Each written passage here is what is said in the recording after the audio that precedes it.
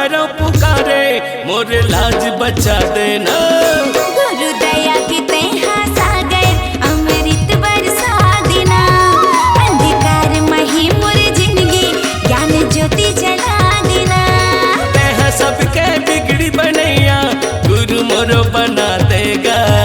बीच सभा में करो पुकारे मोर लाज बचा देना।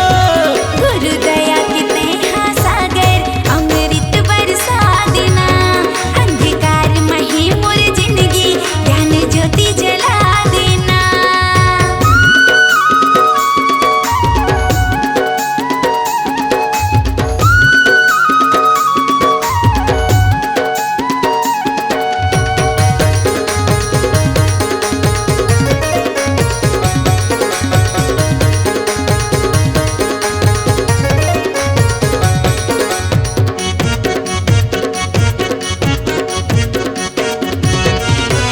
नहीं जानो तोर भाव भजन ला, नहीं जानो तोर भक्ति।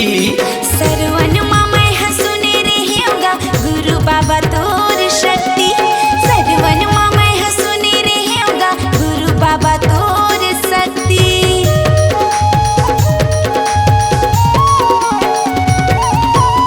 नहीं जानो तोर भाव भजन ला, नहीं जानो तोर भक्ति।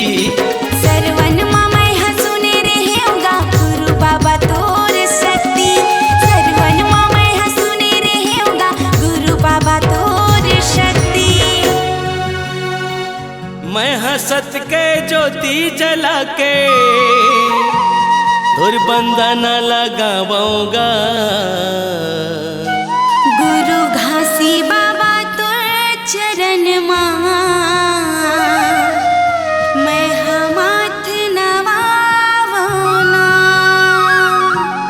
मैं हसत के ज्योति जला के तोर बंधन लगाऊंगा। बीच सभा में करो पुकारे मोर लाज बचा देना। गुरु दया के तेहा सागर अमृत बरसा देना। अंधकार महे मोर जिंदगी ज्ञान ज्योति जला देना।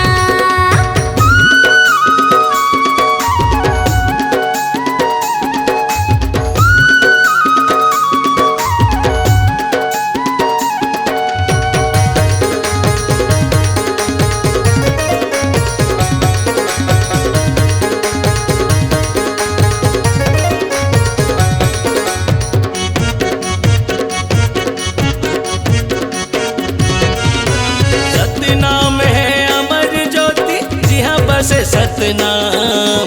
तर जाहि तोरी काया संतो जपन करो गुरु नाम। तर जाहि तोरी काया संतो जपन करो गुरु नाम।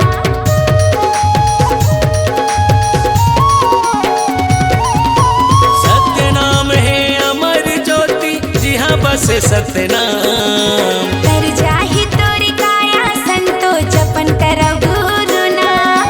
तर जाहि तोरी काया संतो जपन करो गुरु नाम। मोर जिंदगी के नहीं अला बाबा तैहा पार लगा देगा। सतनामी राजा तोर चरण मैं शीस झुकाऊंगा। मोर जिंदगी के नहीं अला बाबा तैहा पार लगा देगा। बीच सभा में करो पुकारे मोर लाज बचा देना। गुरु दया की तेहा सागर अमृत बरसा देना। अंधकार मही मोर जिंदगी ज्ञान ज्योति जला देना। तेहा सबके बिगड़ी बनैया गुरु मोरो बना देगा। बीच सभा में करो पुकारे मोर लाज बचा देना। गुरु दया की तेहर सागर अमृत बरसा देना। अंधकार महे मोर जिंदगी